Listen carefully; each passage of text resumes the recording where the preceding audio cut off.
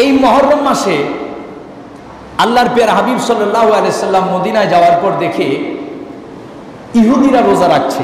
মুসলিম শরীফের মধ্যে রয়েছে 1130 নম্বর হাদিস, কদিমান নবী সাল্লাল্লাহু তাআলা আলাইহি ওয়া আলিহি ওয়াসাল্লাম ফারাআল ইয়াহুদা, নবীজি যখন মদিনায় গেলেন, ফারাআল ইয়াহুদা, নবীজি দেখলেন ইহুদি যারা তাসুমু ইয়াউমা আশুরা, ইহুদিরা রোজা রাখতেছে আশুরার রোজা। ফাকালা মাহাদা, নবীজি ইহুদিদেরকে রোজা রাখতে দেখে ইহুদিদেরকে জিজ্ঞেস করে যে মাহাদা, এই দিনটিতে তোমরা কেন রোজা রাখছো?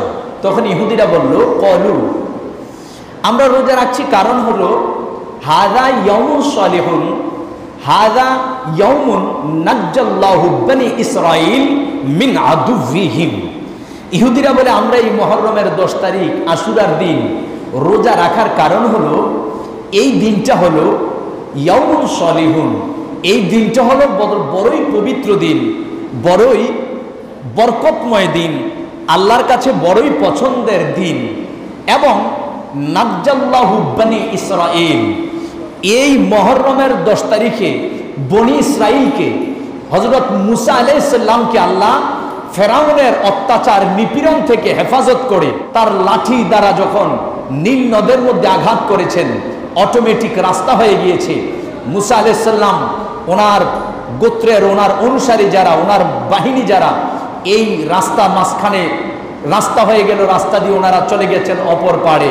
ওই ফেরাউন ভেবেছে আমরাও এই রাস্তা দিয়ে চলে যেতে পারবো। ফেরাউন তার দলবল সহ যখন ওই রাস্তা দিয়ে ওপারে মুসা আলাইহিস সালামকে ধরার জন্য যেতে চাইল, মধ্যখানে যখন গিয়ে পৌঁছল তখন পানি তাদেরকে গ্রাস করলো, সকলে নীল নদের মধ্যে ডুবে মারা গেল।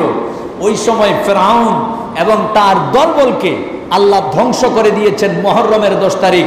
মুসা আলাইহিস সালাম এবং ওনার দলকে এই মুহররমের 10 তারিখ ওই ফেরাউনের অত্যাচার নিপীড়ন থেকে এই 10 তারিখ আল্লাহ হেফাজত করেছেন, বলেন সুবহানাল্লাহ।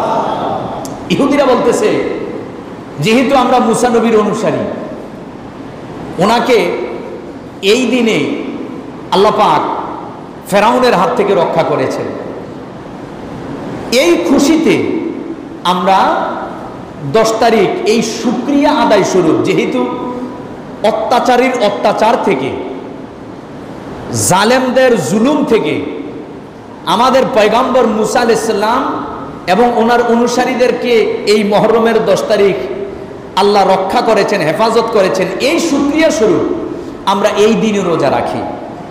দেখেন আল্লাহর হাবিব কি বলেন, তারা বলছে, ইহুদিরা বলতেছে আমরা যে রোজা রাখছি এটা আমাদের আবিষ্কার নয়। ফাসামাহু মুসা, মুসা নবী শুকরিয়া স্বরূপ তিনি যতদিন বেঁচে ছিলেন তিনিও এই দিনটাতে রোজা রেখেছেন।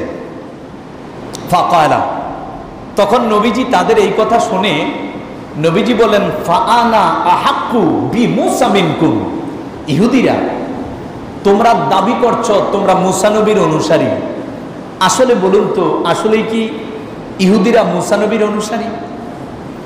ইহুদিরা কি মুসা নবীর কথা মান্য করেছে? করে নাই।